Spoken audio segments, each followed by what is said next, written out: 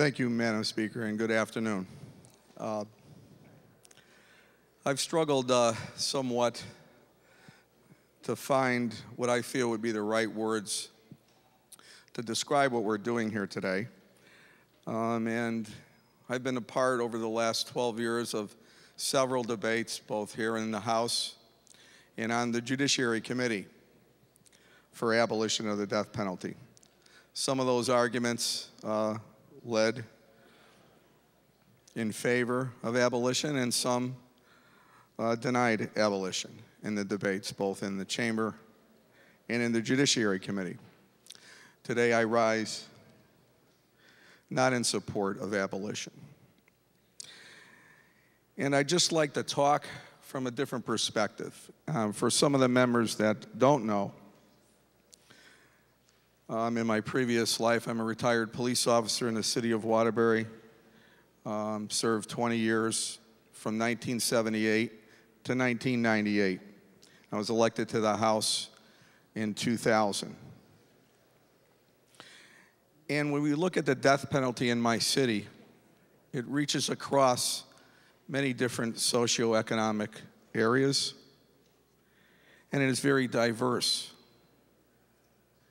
in its murder rage in our city.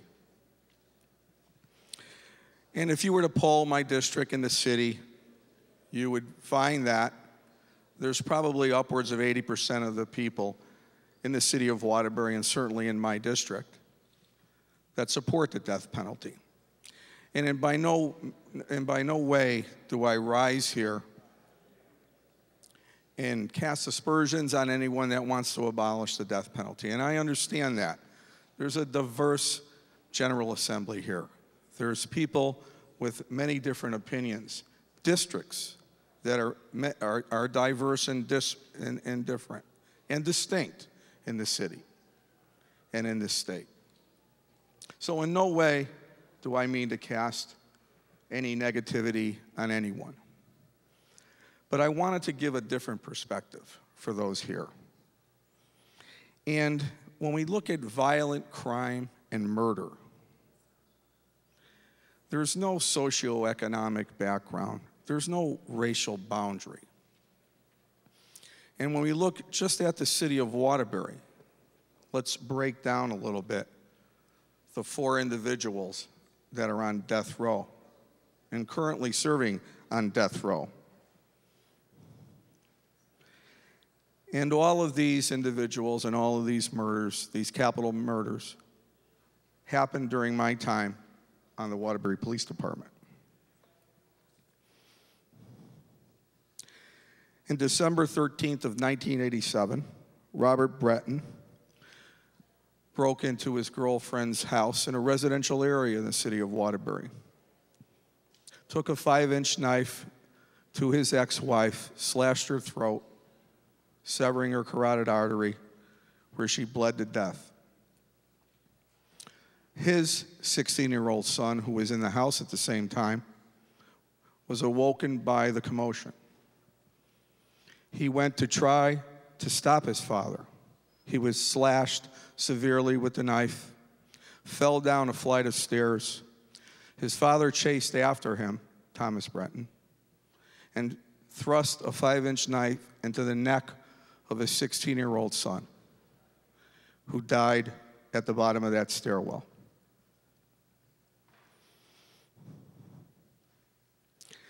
In 1989, Cedric Cobb, who was sitting on death row,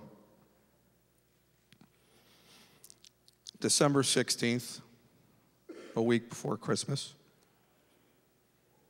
decided that he would stalk an individual named Julie Ash, who had parked to do Christmas shopping in a well-lit, high-visible commercial area in the city of Waterbury in the East End.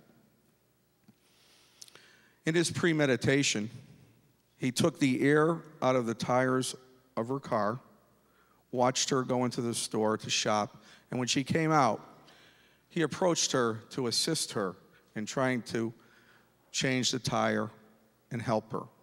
And Julie Ash, being the kind woman she was, accepted that. only to be forced into the car, strangled, raped, bound and taped, brought to a spillway dam, frigid temperatures, still alive. Cedric Cobb dragged her out of the vehicle, threw her down the spillway of a dam to die by herself in the middle of the night in ice-cold, frigid waters.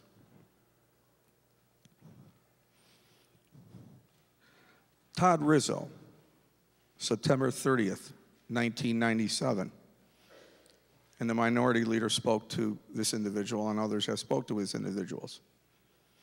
In the Bunker Hill section of Waterbury, several blocks from my house, in a residential area, Todd Rizzo lured Stanley Edwards, 15 years old, to look for snakes. He had a sledgehammer in his hand, and as was previously stated, he wanted to see what it felt like to murder somebody. He dragged Stanley Edwards into the garage, smashed his skull in with a sledgehammer. That's in the Bunker Hill section of Waterbury, in a residential area, with a person that didn't even have a criminal record before and was a former Marine. And last, let's talk about an individual that was murdered in the morning of 4 a.m. on December 18th of 1992, several days before Christmas. A fellow partner of mine on the Waterbury Police Department, who I served with, not only as a partner, but in an adjoining area. And on that night at 4 a.m., an individual named Richard Reynolds, who is serving capital felony charge on death row, was walking with another individual in the north end of Waterbury who Officer Williams knew as a previous person involved in the crack trade, which was very, very prevalent in the 80s, as everyone knows here, and into the 90s, and really decimated many of our neighborhoods. So he stopped him. He was in a one-man car at the time, and it was 4 a.m. It was cold that night, very, very cold that night on December 18th, 4 a.m., 1992.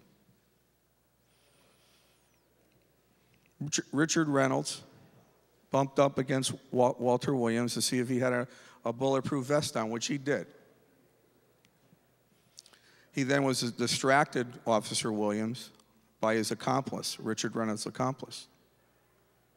Richard Reynolds then took a 9mm, placed it behind the ear of Officer Williams, and pulled the trigger, and killed him in cold blood on a street in the north end of Waterbury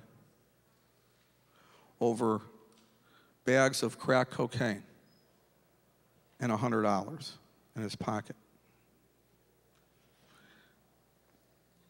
That destroyed and really brought sadness to not only the city of Waterbury, but the Waterbury Police Department. Because, you know, when you're out there on patrol sometimes you think you're invincible. And you want to do right for your city. And you want to do right for preventing crime. And Officer Williams was doing all the right things that night. And all these individuals that I described here were just normal people doing what they like to do. It was before Christmas. They're shopping. They're playing with their friends. It's not premeditation. Sometimes it's spontaneous, but it happens. And at the time, we in the state of Connecticut have a capital felony charge, which deals with the most egregious of crimes and hands out punishment equal to that crime. A preponderance of the evidence, a jury of their peers, a judge. It can be clearly stated that no DNA evidence will ever exonerate anyone on death row. And in deference to some of my colleagues, certainly the state of Connecticut is not like Texas. It's not like other states that it is true people have been exonerated. But be clear that no one on death row that currently is on death row and that could potentially be charged with a capital felony charge, whatever it be, could potentially be exonerated by DNA evidence if there was a trial. But no one that currently is on death row will ever be exonerated by DNA evidence because they're guilty. And they know they're guilty, and that's not the issue. It's the appeal process. Now, Walter Williams, a police officer in the city of Waterbury, was taken from us, the brothers and sisters of the Waterbury Police Department, on that morning. And his family has grown up, and he never got to see that family. And they're all in their 20s now, good kids. One's a Marine.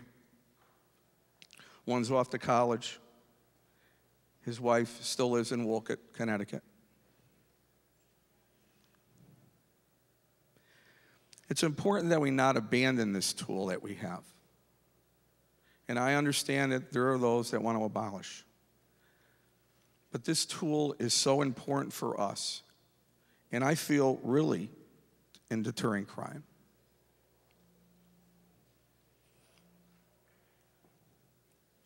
I am in opposition to repeal. What my citizens in my city and in my district believe is that we should not abandon the death penalty, but we should work together to form and put so much energy into what we do to abolish it, to try to make it stronger, to try to deal with the appeals, to limit those appeals, to have it workable, the strength and power that we put in, the intelligence that's in this chamber on both sides of the aisle is tremendous. Working together, we can come up with a plan that works, serves the people, gives us hope, give those families hope that cry out for that hope from us as their legislators. It's passionate on both sides, and I know that.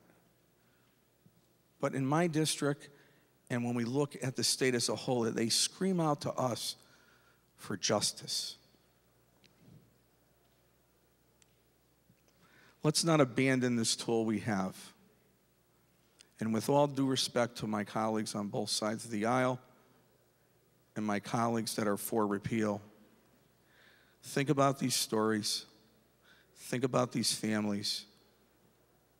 Think about what we do today. And remember